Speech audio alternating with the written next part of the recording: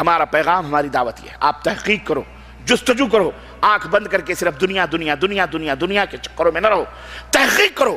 کوئی بھی اگر اللہ کی رسول کی بات بتانے کے نام پر آپ کو کوئی مسئلہ بتاتا ہے، آپ کو کوئی حکم بتاتا ہے، آپ کا یہ فرض بنتا ہے کہ گریبان پکڑ کر پوچھو کہ جناب عالی آپ نے جو مسئلہ بتایا ہمیں بتاؤ قرآن میں کہاں ہے، نبی کے فرمان میں کہاں ہے۔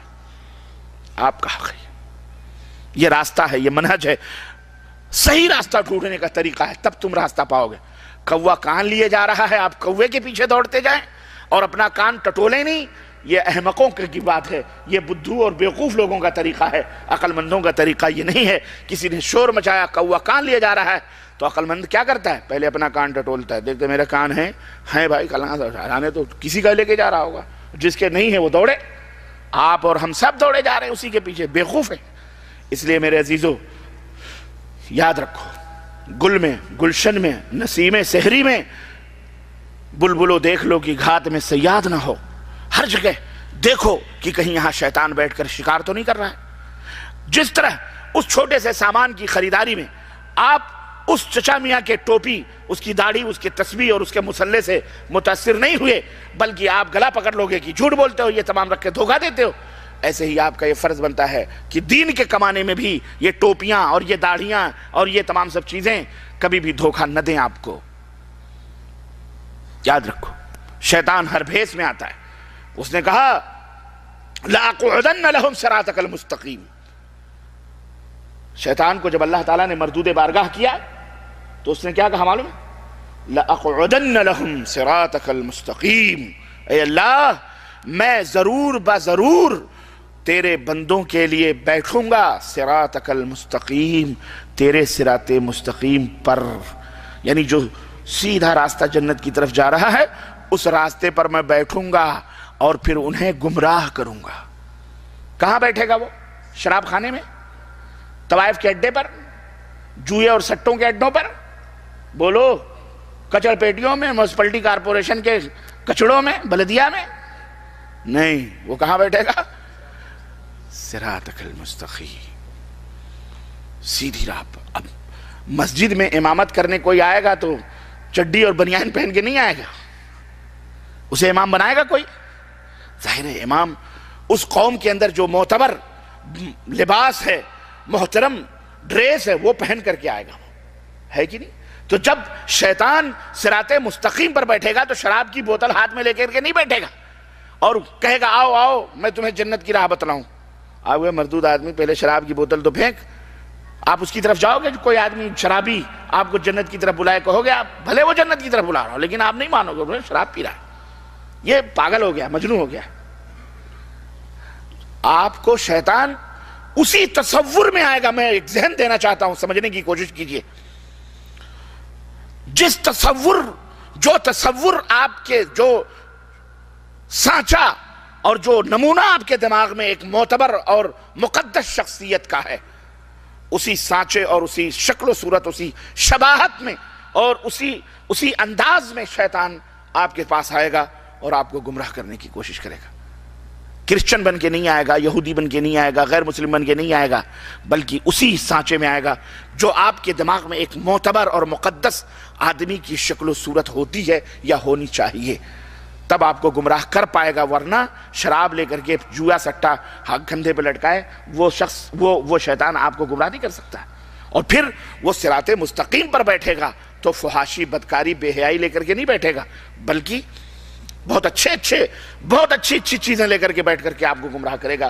اس لیے یہ وارننگ ہے آپ کے لیے کہ کوئی بھی عمل کرو تو اس سے پہلے یہ دیکھو، یہ سوچ لو کہ اس کے اوپر مدینے والے کی مہر ہے یا نہیں ہے۔ آسان لفظوں میں وَمَا آتَاكُمُ الرَّسُولُ فَخُذُوهُ وَمَا نَهَاكُمْ عَنْهُ فَانْتَهُوا، رسول جس بات کا تمہیں حکم دیں وہ لے لو، اور جس بات سے منع کریں اس سے بولو ہاں رک جاؤ۔ اللہ نے فرمایا لَقَدْ كَانَ لَكُمْ فی رسول اللہ اسوۃ حسنہ، اے لوگو تمہارے لیے نبی کی زندگی بہترین نمونہ ہے، آئیڈیل ہے، اسوہ ہے، قدوہ ہے تمہارے لیے۔ یعنی اب تمہیں سنورنا ہے، سجنا ہے، مجھے راضی کرنا ہے، خوش کرنا ہے، میرا قرب حاصل کرنا ہے، جنت میں آنا ہے، تو پیغمبر نمونہ بن کے جا رہے ہیں، رسول سیمپل بن کے جا رہے ہیں، رسول آئیڈیل بن کے جا رہے ہیں۔ انہی کو دیکھو، انہی کی سیرت پڑھو، انہی کو دیکھو، ان کی ٹرو کاپی بنو، ان کی کیا بنو؟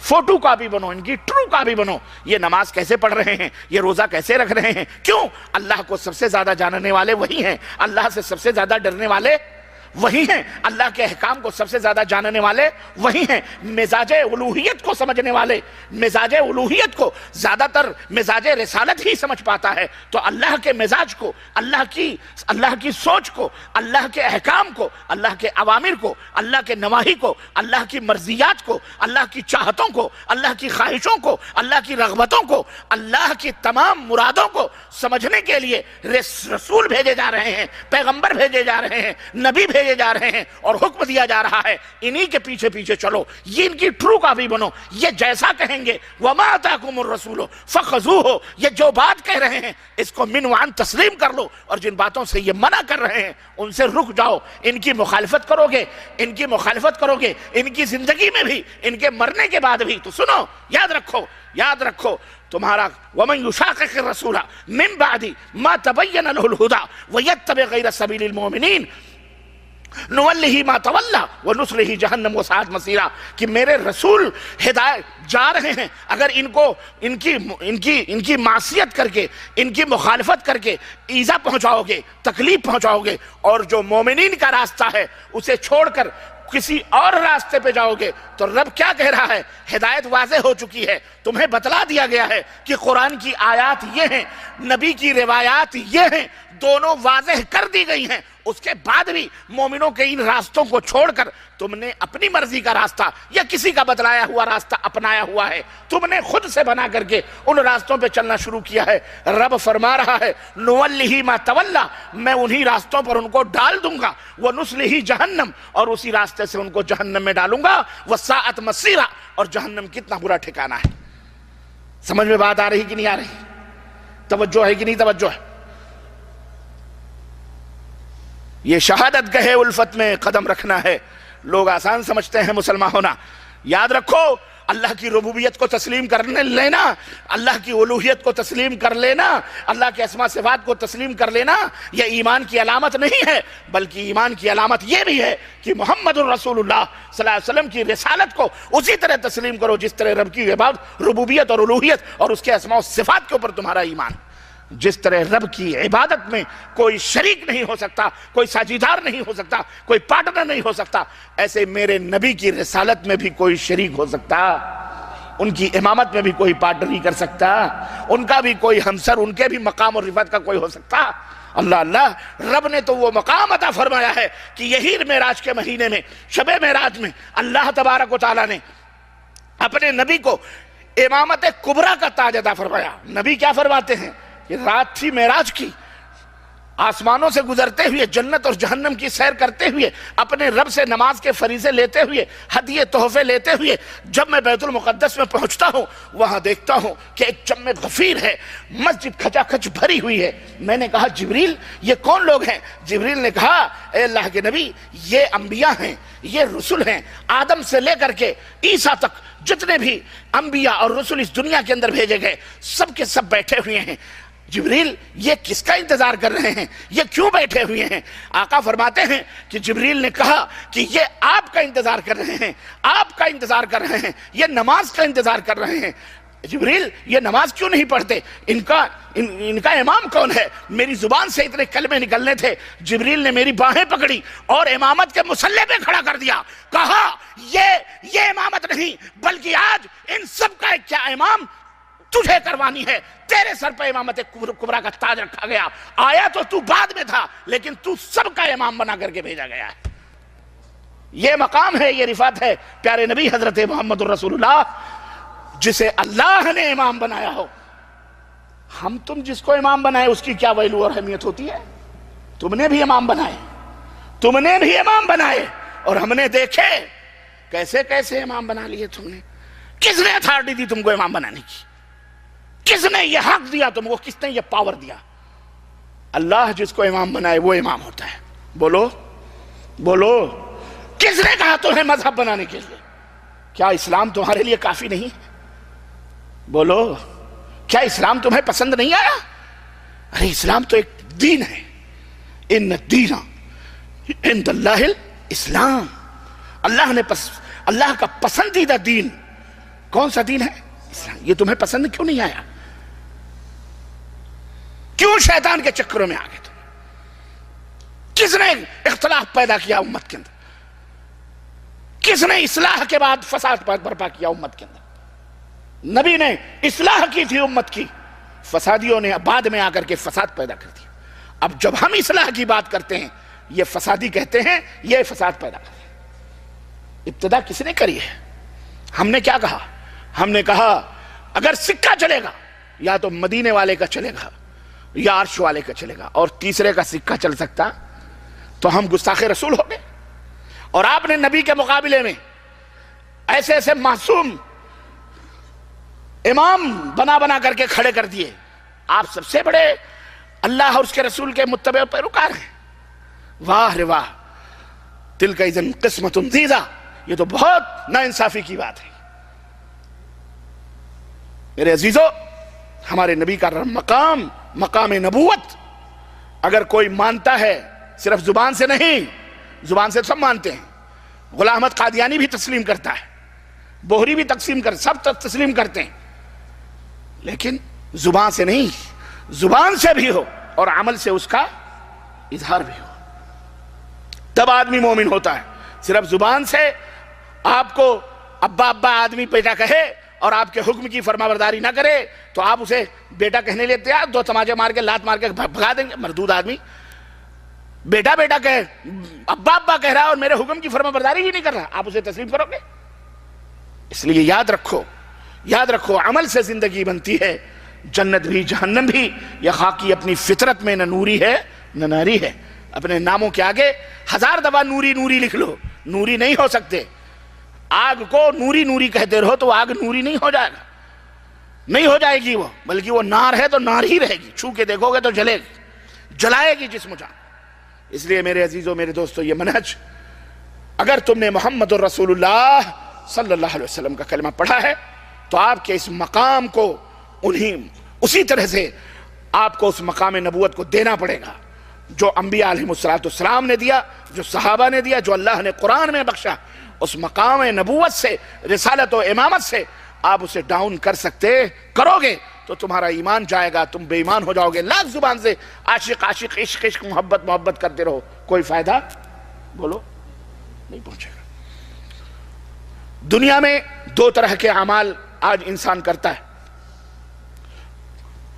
ایک کیٹیگری اعمال کرنے والوں کی وہ ہے جن کے اعمال قرآن و سنت کے مطابق ہیں، یعنی اس کے اوپر مکے اور مدینے کی مہر لگی ہے، اللہ نے قرآن میں جو نازل فرمایا وہ ہے، اور رسول اللہ صلی اللہ علیہ وسلم نے جو احادیث میں فرمایا وہ ہے. یعنی وہ سراپا، وہ پورا ٹوٹل مکمل عمل اللہ اور اس کے رسول کے فرمودات کے مطابق ہے. کچھ اعمال ایسے ہیں جو انسان کر رہا ہے، اور کچھ اعمال ایسے ہیں جو انسان کرتا ہے دنیا کے اندر، لیکن ان کا ادنا سا بھی تعلق، ذرا بھی تعلق نہ قرآن سے ہے نہ حدیث سے.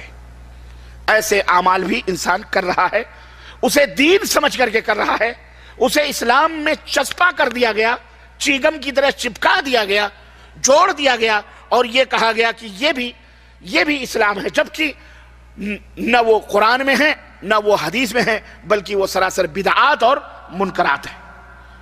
بھلے وہ ہماری نظروں میں اچھے اور خوبصورت نظر آتے ہیں.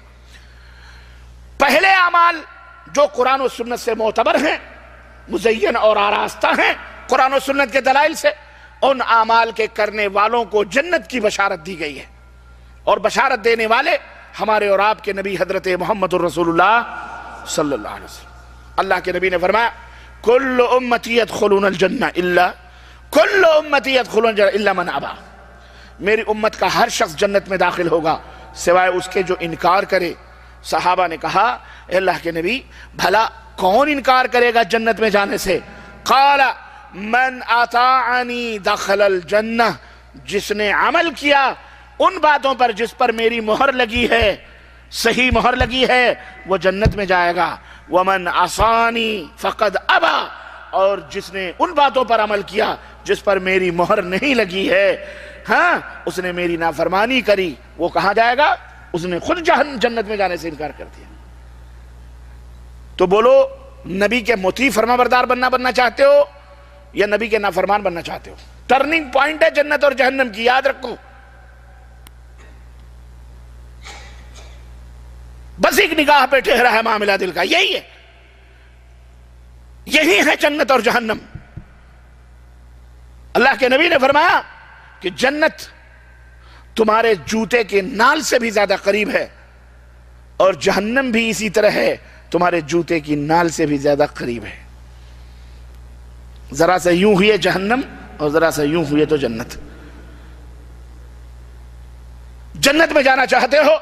میرے پیچھے نہیں، ان کے پیچھے نہیں، ان کے پیچھے نہیں، سب کے امام، امام اعظم، سب کے قائد اعظم، مدنی تاجدار حضرت محمد الرسول اللہ صلی اللہ علیہ وسلم کے پیچھے چلو، جنت میں چلے جاؤ۔ اس میں کوئی شک ہے؟ آپ کو کوئی انکار ہے؟ ہاں؟ انکار کرنے والا اپنا نصیبہ کو برباد کرے گا بھائی، اس کا مقدر برباد ہے جو انکار کرے۔ ہماری دعوت یہی ہے، غلط ہے؟ ہم کہتے ہیں ہماری مت مانو، ہم جو کہہ رہے ہیں میرے نبی کی بات قرآن سے، احادیث سے، صحیح احادیث سے، یہ بھی نہیں کہ للو پنچو چومن سبراتی والی روایتیں، نا نا نا نا نا نا، ہم ایسی روایتوں کو بھی روایات تک محدود رکھتے ہیں جو ضعیف ہیں، جو موضوع ہیں، ہم انہیں اپنے نبی کی احادیث کی طرف، احادیث سے جوڑنا بھی نہیں چاہتے۔ ہم ان کے اوپر بھی عمل کرنے کی دعوت نہیں دیتے آپ کو، بلکہ ان احادیث کو جو بالکل صحت مند ہیں، تندرست ہیں۔ اس پر بھی مولوی صاحب آپ کو پٹی پڑھاتے ہیں تو آپ، ہاں، اب میں جواب بتا دے رہا ہوں، ورنہ آپ کہو گے ہاں یار ربانی صاحب نے ہمیں گھما دیا، یار صحیح، ہمارا مولوی بھی تو کہہ رہا ہے صحیح۔ کوئی کسی کا مولوی نہیں ہوتا، یاد رکھو، یہ دنیا کی ریت رواج ہے۔ مولوی آتا ہے تمہارے دال پہ نمک چھڑکنے کے لیے؟ کبھی میں آیا ہوں؟ تمہارا مولوی آتا ہے؟ مر جاؤ گے تو آئے گا، یا پیدا ہوتا ہے تو آتا ہے، وہ بھی 2-4 گز کپڑے لے کے جاتا ہے، 40 دن تک دروازے پہ بیٹھ کر 40واں کروا کے جاتا ہے، مولانا ٹھرے مار کے سوتی ہے، ٹفن جاتا ہے اس کے گھر میں، سود پہ بینکوں سے پیسے لے کر نیاز فاتحہ کرواتا ہے بیچارہ غریب۔ اور نانی کے آگے ننیحال کا تذکرہ نہ کیا جائے، بندے ناچیر ان سب مرحلوں سے گزر چکا ہے۔ اولاد قرضہ دیتی ہے بینکوں کا بیچاری، کما کے رکشے چلا کر کے، اور مولوی کھاتا ہے مرغ مسلم ٹرے مار کے، ابھی قبر میں سر اے سی بھی لگوانی ہے، واللہ بدرا۔ خواب میں آئے تھے تمہارے ابا حضور بڑے گرمی میں ہیں، اندر اے سی لگوانی ہے، کتنے پیسے چاہیے؟ 30,000 35,000 40,000 کی اسپلٹ آتی ہے ہندوستان پاکستان میں، اسپلٹ لگواتا ہے، اندر اتنی گرمی ہے، مزار بنایا، درگاہ بنایا، وہاں بھی اے سی لگائی ہوئی ہے، اندر کی آگ کی بھٹیاں جل رہی ہیں، ہاں، ٹھنڈی لگتی ہے۔ مولوی یہاں بھی تمہیں پٹی پڑھاتا ہے، کہتا ہے ضعیف حدیث، ضعیف کس کو کہتے ہیں؟ بڈھے کو کہتے ہیں، کمزور کہتے ہیں۔ لوگو، تمہارے ماں باپ ضعیف ہو جائیں تو کیا ان کو تم نکال دو گے؟ تو یہ ربانی جو ضعیف کہہ رہا ہے، ضعیف پہ مت عمل کرو، ضعیف پہ مت عمل کرو، تو اپنے ماں باپ کو بھی نکال دو اپنے دروازوں سے، اپنے گھروں سے۔ تمہارے ماں باپ ضعیف ہو جائیں تو کیا ان کو نکال دو گے؟ تب تم کہو گے نہیں مولوی صاحب نہیں نکالیں گے۔ تب ایسے ہی ضعیف حدیثیں بھی ہیں، جیسے ضعیف ماں باپ کو نہیں نکالو گے، ایسے نبی کی ضعیف جو حدیثیں ہیں نا، بھلے ضعیف ہیں، ان کے اوپر بھی عمل کرو، ان کو بھی بولو۔ بات صحیح ہے کہ نہیں صحیح ہے؟ بولو صحیح ہے، میں بھی کہہ رہا ہوں صحیح، سمجھ میں آ رہی ہے؟ میں آپ کو دونوں پڑھائی پڑھا رہا ہوں، سمجھ رہے ہیں؟ اس وقت میں وکالت کر رہا ہوں اپوزیشن کی بھی، حزب مخالف کی بھی، اور سامنے والے کی، تاکہ آپ کی سمجھ میں بات آوے۔ صحیح بات ہے، مثال اس نے بڑی شاندار دی ہے، لیکن اس مثال میں ایک کمی ہے۔ اب آپ جب میں اس کا جواب دوں گا نا تو آپ کہو گے یار صحیح بات ہے شیخ، آپ نے بھی تو صحیح بات کہی، یہ بھی تو صحیح ہے۔ ہاں، اصل میں دیکھو، باطل، جھوٹ، وہ کتنا آپ کی نظروں میں نا بہت پہاڑ بن کر کے آئے گا، ایسا لگے گا یار اس دیوار کو گرانا بہت مشکل ہے، لیکن اگر آپ کے پاس دلیل ہے نا، پھونک دو گے ریت کی طرح اڑ جائے گا، واللہ کوئی حیثیت نہیں اس کی ہے، کوئی حیثیت اس کی نہیں ہے۔ شرط یہ ہے کہ آپ کے پاس علم ہونا چاہیے، اور وہ علم کون سا علم؟ قال اللہ قال الرسول، اللہ نے جو فرمایا رسول، یہ سب سے بڑا علم ہے، اس سے بڑا علم کچھ ہو سکتا ہے؟ ہاں، یہ سب سے بڑا علم۔ اس نے کہا ماں باپ ضعیف ہیں تو کیا ان کو تم نکال کے باہر کر دو گے؟ تو جب تم ماں باپ جو ضعیف ہیں انہیں نکال کے باہر نہیں کر سکتے تو نبی کی حدیث اتنی بیکار ہیں کہ تم نکال کے باہر کرو گے؟ تو یہ مولوی جھوٹ بولتا ہے، ضعیف پہ عمل مت کرو۔ وہ کہے گا یہ مولوی جھوٹ تم کو پٹی پڑھا دیا، اس کی بات پہ عمل مت کرو۔ سنو اس کا جواب کیا۔ اس سے مولوی صاحب سے کہو مولوی صاحب بات سمجھ میں آ گئی آپ کی، ٹھیک ہے، ماں باپ ضعیف ہوں ہے نا تو انہیں گھر سے باہر نہیں نکالیں گے۔ آپ ایک جواب دو، آپ تو نوجوان ہیں، تندرست ہیں، آپ کی بیگم بھی نوجوان ہیں، تندرست ہیں، تو یہ بتاؤ کہ آپ کی اماں جو بڈھی ہیں، ماں باپ جو ضعیف ہیں، کمزور ہیں، اب آپ کی بیگم کو سلا کر آپ اماں سے کہو گے برتن مانجو، اماں سے کام لو گے؟ برتن مچاؤ گے؟ جھاڑو مرواؤ گے؟ ابا سے کدال پھاوڑے سڑک کھدواؤ گے؟ کھیت جتواؤ گے؟ بھینس چرواؤ گے؟ دودھ دہاؤ گے؟ ابا ضعیف ہیں، جب جوان تھے کمزور طاقتور تھے تو سب کرتے تھے، لیکن اب تم جوان ہو چکے ہو، اب تم مضبوط ہو، تمہاری بیگم مضبوط ہے، اگر وہ تمہاری بیگم ٹھرے مار کے سوئے بیچاری بڑھیا اٹھ کر کے جھاڑو برتن کرے، کھانا پکائے، گاؤں والے لعنت بھیجیں گے کہ نہیں بھیجیں گے؟ کیوں؟ اس لیے کہ گھر میں توانا، تندرست، مضبوط، صحت مند عورت اور مرد موجود ہیں، تو ضعیف لوگوں سے کام نہیں لیا جائے گا، ان سے کام نہیں سمجھے آپ، نہیں لیا جائے گا۔ جب صحیح حدیثیں موجود ہیں، نبی کی ٹناٹن پکی حدیثیں، بخاری، مسلم، ترمذی، ابو داؤد، نسائی، سب کچھ صحت کے ساتھ محدثین نے پرکھ کر جانچ کر ہمارے سامنے کر دی ہیں کہ نبی کی یہ صحیح حدیثیں موجود ہیں اسی مسئلے میں، انہی احکام کے اندر، تو ان صحیح حدیثوں کو کام میں لیا جائے گا اور ضعیف حدیثوں کو سائیڈ میں کر دیا جائے گا، ان سے بھی کام۔ بولو بات میری بھی صحیح ہوئی کہ نہیں ہوئی؟ بولو 100% صحیح ہے؟ اور آیا اگر کہیں اس نے نہلے پہ دہلا، اس کے اوپر وہ نہیں بول سکتا، یہ میرا چیلنج ہے، جاؤ اس کے اوپر وہ شرمندہ